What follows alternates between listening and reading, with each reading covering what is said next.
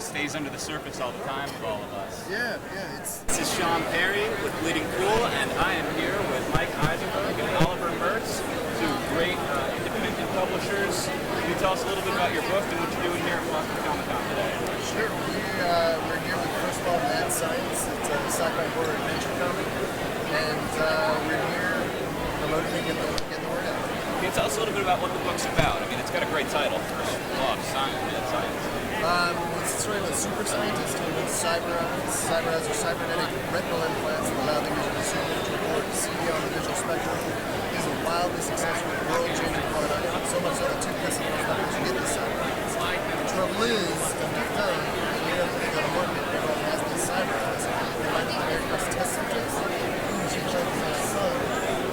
they start seeing these things, weird pictures everywhere that no one else can see. Schizophrenia, or is it a and I'm asking questions that you don't want to answer.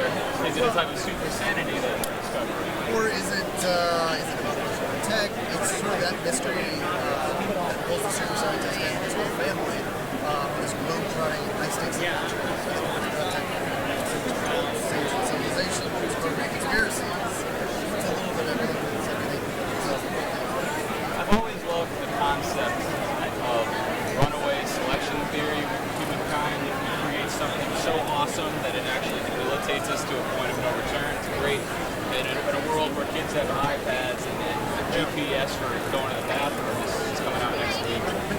You know, it's a topic on the mind.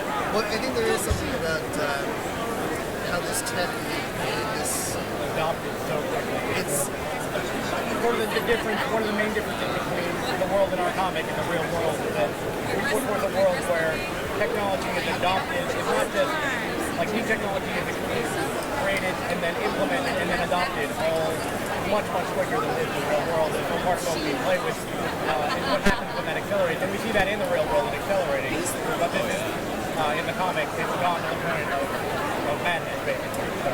But it brings up like questions like, I mean, even if you think about like Google Glass, sort of modern day analog, the idea of, well, that you at least have some sort of signal that someone is taping or recording. What if everyone had these like these implants? You would never know. So what are things for politicians? What are they calling off the record? Like, what does that do in terms of like defining interactions between people? I don't know. It's interesting. Well, I know that I'm going to be reading this and putting it up on Indie Spotlight soon. It sounds like a fascinating book. Thank you so much for being a part of this. Everybody check out this wonderful book, First Law of Mad Science. If you're into tech craziness and the dystopian future we're all headed towards inevitably. Thank you guys. Thank you. Yeah.